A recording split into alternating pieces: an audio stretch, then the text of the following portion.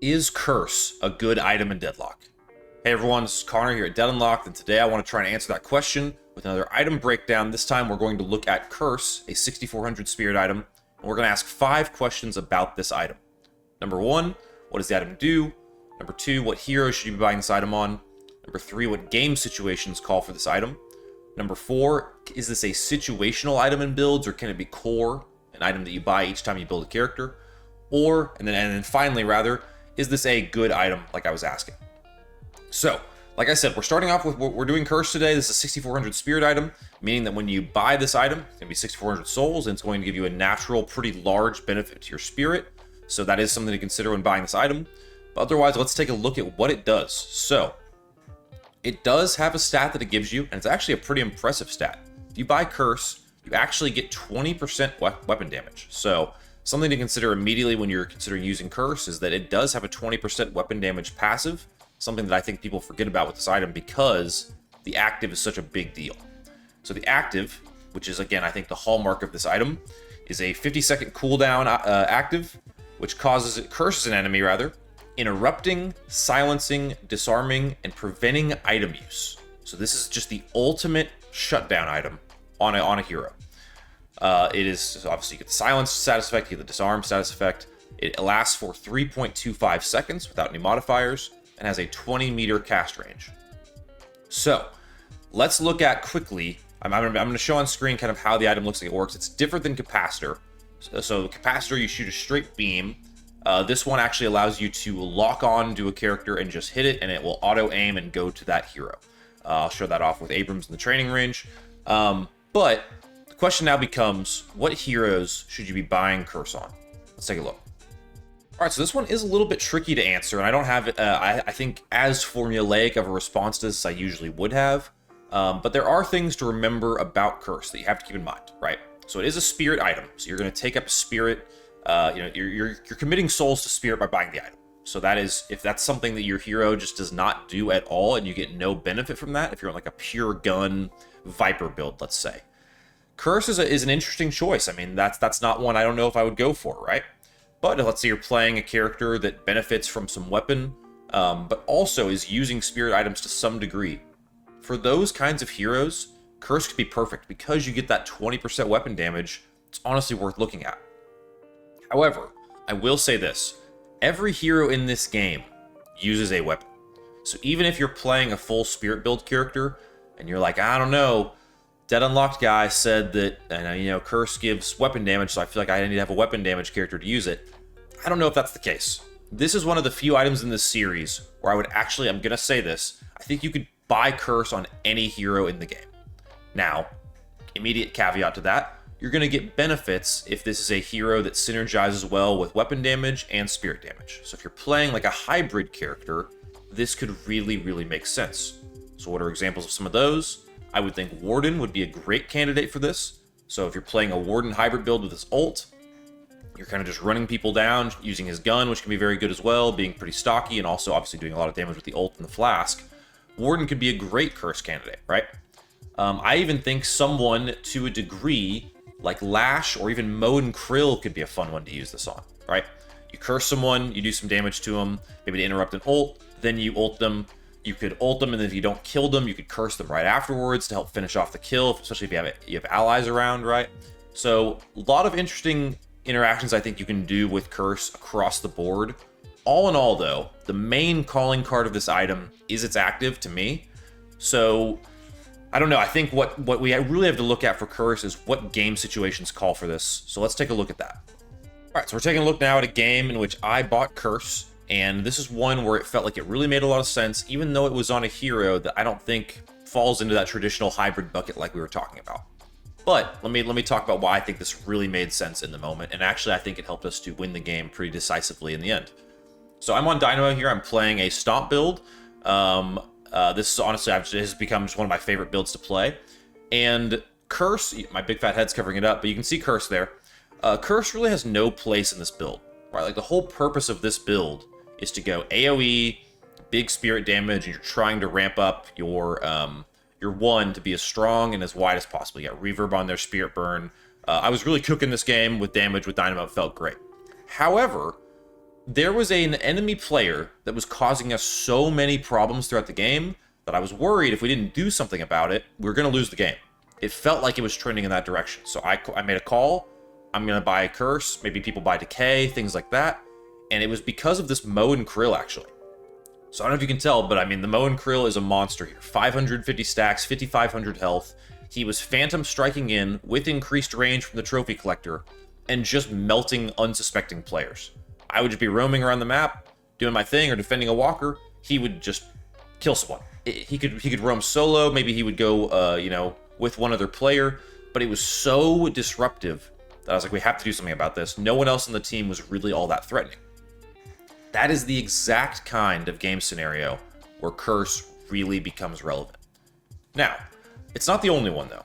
I will say, this was a great shutdown to Moe and Krill. It honestly worked flawlessly. However, there are other situations where you can just buy this item, as a part of your hero's kit in general. So, like, if you're playing that hybrid, maybe Warden character, or maybe like a Lady Geist, or some kind of hybrid build, Curse can just fit in, and you can use it on cooldown to just try and help you win fights and close fights. There doesn't have to be a hyper carry on the other team that you're trying to shut down. However, I really do think that is a majorly beneficial one, especially against a hyper carry. Well, I say hyper carry. Moe's not a hyper carry, but if Moe is carrying the game, and he has to sit there in his ult, he's very easy to walk up to and use an item like Curse on, even like an item like Capacitor Bees and use on him, right?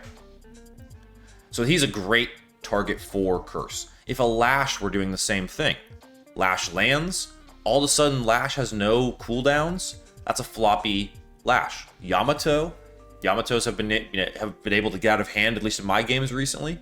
That could be another great target. So I kind of skimped over the section where you're looking at heroes to buy Curse on. I think instead, this really should be a section about what heroes do you buy Curse against. That's almost the way I would think about this item, more so than how you're kitting it for yourself, because it really is it's an item that has to do almost entirely with what's happening in the game. Again, outside of those few exceptions where you're buying it maybe like a Warden or a Geist or some kind of hybrid build like that. Alright, so I wanted to actually pull up a gameplay clip where I'm using Curse here to talk a little bit about this. This isn't the most perfect clip, but I do want to kind of show at least in practice why we're doing this. So, as you can see right here, I've used Curse on the Moe and Krill, who's a problem in this game. We're chasing him down, we're just stomping him, and we're going to go ahead and commit the ult onto the Moe and Krill. We actually end up getting the Paradox here too. Big play for the team. I think we end up cleaning this up. We finally killed the Moe and Krill. So the reason I wanted to talk about this clip in particular is because at this point in the game is when Moe is really getting pretty out of hand. So at this point he has 3 deaths. That was his 3rd death in the game, so he has not been killed that many times. I have just bought Curse pretty recently. I think I just got expansion right there. I maybe had it for 1 life or 2 at this point, or 1 fight or 2 at this point, rather. And it felt like now is the time to kind of try to take over the game. So, not only did I buy Curse, but it also changed the way I was playing. I mean, I was playing Dynamo with the Stomp build, so that has its own playstyle, right? I'm looking to clear waves. I can farm pretty well, but I'm honestly a really valuable tool in team fights because of the ult and the Stomp combo. I can deal damage from afar, and I can also, if I get dove, I can ult in that situation. But when you buy Curse in that situation, you really become a lot more offensive. I can now roam the map with my teammates and just look for kills, because if we get someone with Curse, and then if it's a character like Moe with 5,500 health, I can ult them too, because a Curse isn't enough. But again, it allows me to play way more offensive. And this change of tempo, I think, really helped us to win this game. By this point, it was still very close. We were actually down on souls at this point. But that kill onto the Moe and Krill and a few subsequent kills really helped us to win this game. I credit that to buying Curse. So again, I just wanted to kind of give a quick gameplay showcase here. We're new in the series, so I still want to experiment around with how we talk about and showcase the item. So let me know what you think of seeing at least a little bit of gameplay. I could show more, but honestly, the Deadlock Observer is terrible on replays, so yeah, is what it is. Now the question comes up, is this a core item, or is it going to be always situational? I also might talk about it a little bit in this section, like what other items you would buy along with an item. That might be something we add to the series. I don't know that we need to so much for Curse, but I want to talk about a few examples here at least. So this is the biggest WOG. It's a great build, honestly hilarious. It's one of the most simple builds I've come across, but honestly is very effective, and it's very easy to play. So if you're looking to be a Dynamo player and do some big stomps, this is a good one. So nowhere on this is curse listed. So I bought it. I had to go over to the spirit tab and buy it. I had to go outside the build to buy that item here. And I think a lot of times that's probably going to be where people are at with curse. I think there's a very high likelihood that people do not slot this item even into their situationals of builds, that they do it purely reactionary. Is that the right mentality, though, or should there be a little bit different of an approach? Well, unlike this Dynamo build, for example, I think it actually could get slotted in here. I mean, the biggest wah, I don't know who your creator is, I'm so sorry. I guess I could look at that. Yeah, this guy, Shaky Wakey. Thank you for your build, it's great. I think it maybe could get slotted in here. I mean, if you're gonna have Silence Wave, if you're gonna have Slowing Hex, you might as well have Curse as an option, because they're kind of achieving the same thing. They're helping you to shut down heroes to either, you know, again, just get powerful stomps off, whatever. I see Silence Wave here as being really viable because it goes out in a wave formation, very similar to like what you're going to be looking for your stomps. So it kind of makes sense. However, I do think there are some other situations where this could be a little bit more core. So I'll shout out Andrew Chicken's video. He's a content creator, makes a lot of great videos. Love Andrew's stuff. He did a build recently where he put Curse in kind of a main spot for him. And he called this kind of, he calls it here literally the bread and butter of the build. So this is where I was talking about those hybrid builds like Warden, Geist, maybe there's a few others. This is a really cool example actually of a build that really is centered around Curse. I mean, this is a core item in this build, right? He goes full gun previous with a little bit of bullet lifesteal for protection, maybe a green if you need to here, and then he's looking to get Curse pretty quick. And honestly, it's not a bad idea, especially on a character like Warden. If you have the gun damage, because of the 20% weapon damage you're getting here, this is going to go crazy. You're going to all of a sudden have basically a gun Warden with the ability to shut someone down pretty hardcore. So I actually think this is a really great, very creative build from Andrew Chicken. Really love this one. And this is an example of where Curse can become a core item. So a couple different scenarios here. Obviously, for the most part, I don't think this is how you're going to build this item. I mean, there's a reason on Stat Locker right now, it's got a 1.5% buy rate. You know, for context, Enchanter's Emblem has a 35.6% one, Superior Cooldown 43%, so it's really, really low in terms of buy rate. I think that's probably fair, though, because this is such a reactionary item, one that you're going to be using in specific contexts, and one that if you're trying to fit it into a core build, I think you have to do some finagling, kind of like Andrew Chicken did here, to make it work.